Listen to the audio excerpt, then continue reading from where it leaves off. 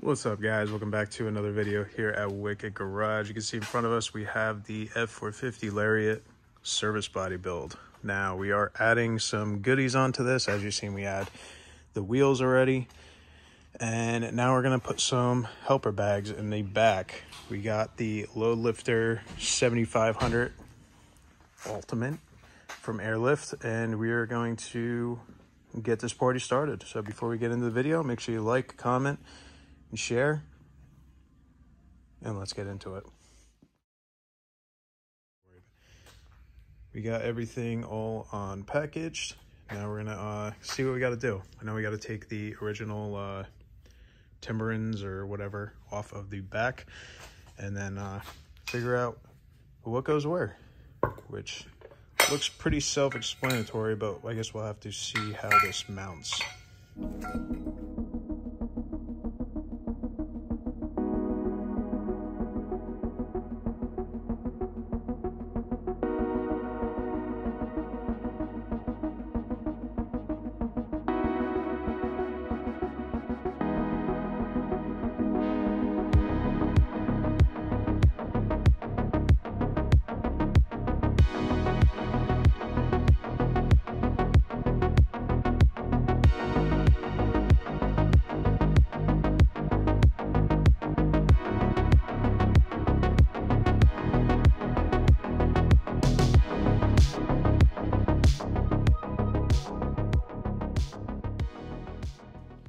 We got the passenger and driver's side set up, and yes, we are using the directions. Doesn't matter if you're a professional or not, you still want to follow because everything's different. So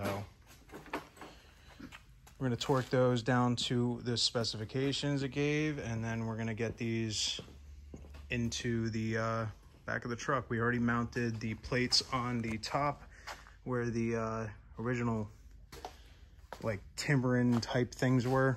Don't know what they're called exactly, but now we can probably jack up the frame, and then we can sort of set everything in here so we can put the airbags in.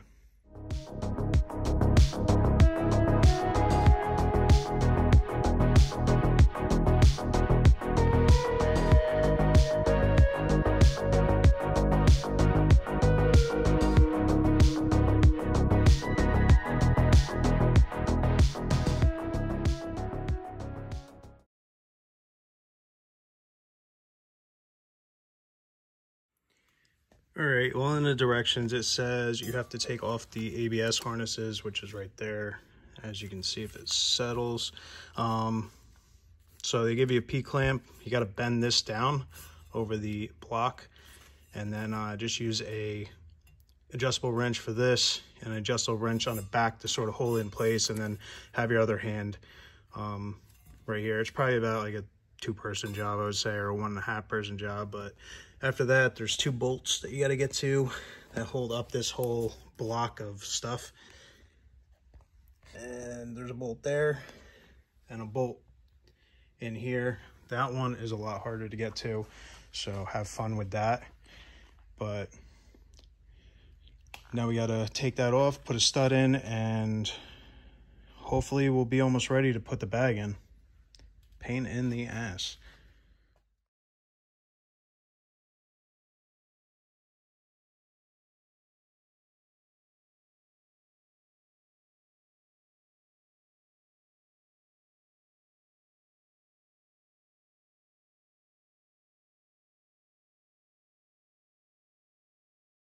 All right, guys.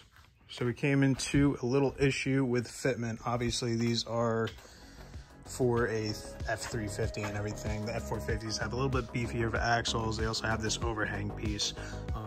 There is a piece that actually sits on that, but it should be sitting on the axle like the F350s have. We're gonna modify this so that it fits this truck. So all we're really gonna do is we're gonna take the original block that mounts on there, because it sits on there fine. It's just, it makes it too high. So what we have to do is lose some of this. So we're gonna cut out about an inch or so, and then check the fitment and see how it fits. Should drop everything down, because what we're coming into is these are supposed to go below the leaf springs, and these have a heavier leaf spring setup than the 350s and 250s. So therefore this isn't going to even reach it. It reaches on one side, but the other side it doesn't. So what we have to do is make it lower. So the only way to make it lower is to actually decrease this or cut this out so that we can actually drop the whole kit down a little bit more.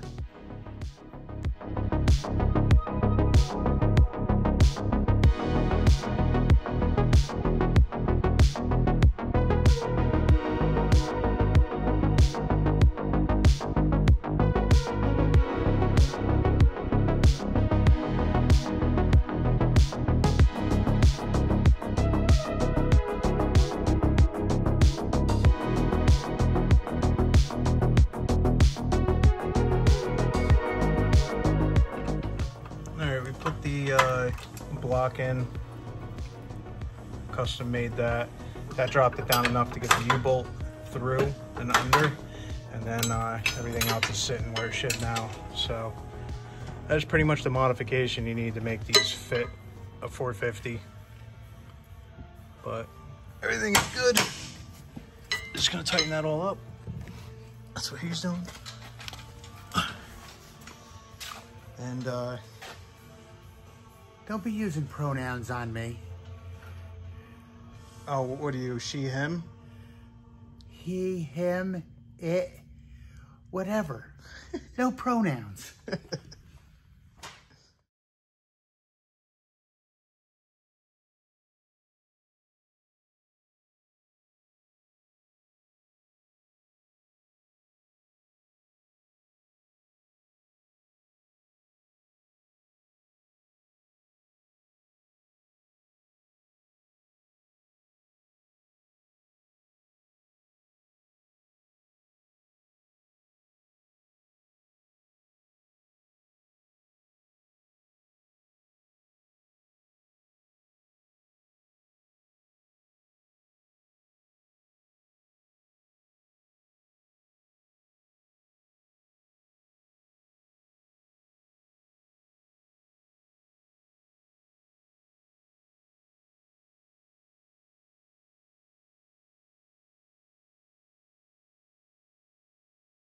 Well, now that we have everything in our toolboxes out, time to put everything away and then move on to the electrical.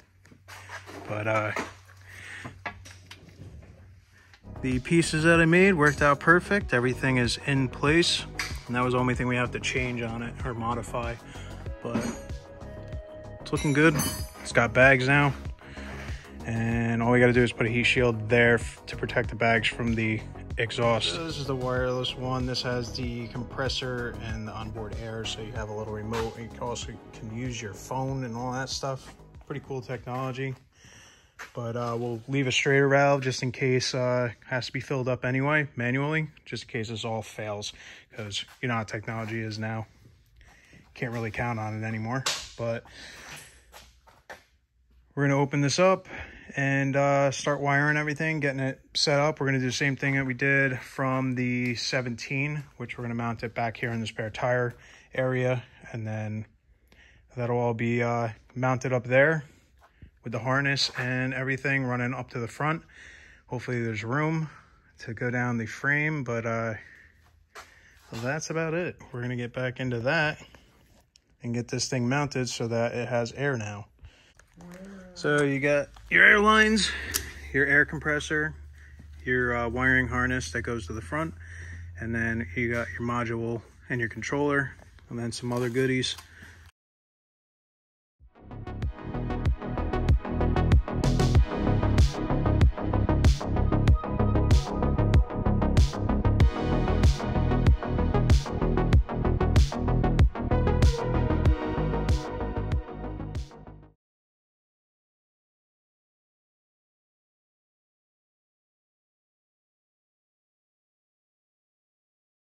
So we got the air compressor mounted and the module mounted. Everything is wired in the back. All the air lines are attached, the bags are on, and we have the wires going all the way down underneath the cab. And then they end right there. We'll take some wire and we'll loop it up and then run it across to the aux so that we can get that on there. It only requires 15 amps, I believe. 12 amps. So with that being said, we can actually use one of the smaller amperage auxiliary switches and leave the bigger ones for the module that we need for the back in the actual service body, and whatever else we end up adding.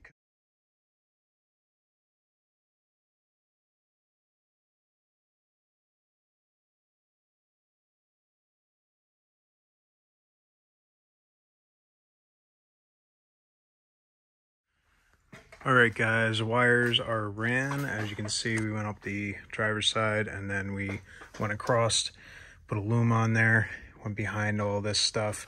And then we sort of just have this loosely going on right now. This is attached to number 1, or auxiliary switch 1, which is also relay 1 on here.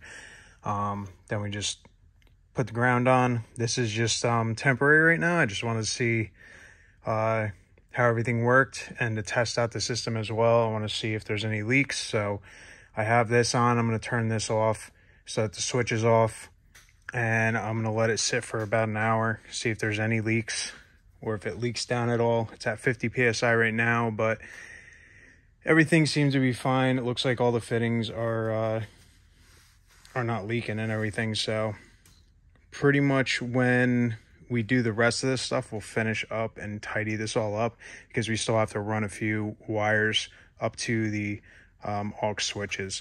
So instead of doing that, you know, multiple times and everything, then we'll just leave this all out. Obviously, we'll cover this all up, tuck it back down for now, and then as this vehicle sits until we get to the wiring part. But yeah,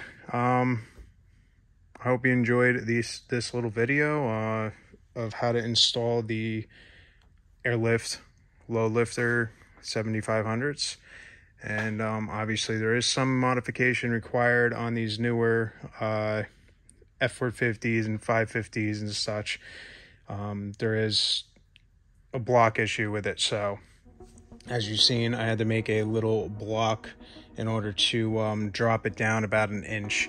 And that all worked out. Everything works good. Everything fits correct. So we don't have any issues. There's about, at 65 psi, there's about 1.25 inches gained on the back. So these can go all the way up to 100, but I never tell anybody to go to 100. Always, you know, keep it at like 60, 70% around there. This is just to help with the extra load. Means this is a F450 Lariat. It's not a cabin chassis, so it doesn't have the big leaf spring setup. But we're gonna get back to cleaning this up, getting this out after we get all this stuff, and we have to put the bed in this bay so we can start doing everything else over there, the floor, the headache rack, and start getting everything pretty much done on the bed. There's still a lot to do, and time's ticking down right now. So hope you enjoyed the video, guys. I'll see you guys in the next part. Till then, peace out, enjoy, make sure you subscribe, like, comment, share. Peace out.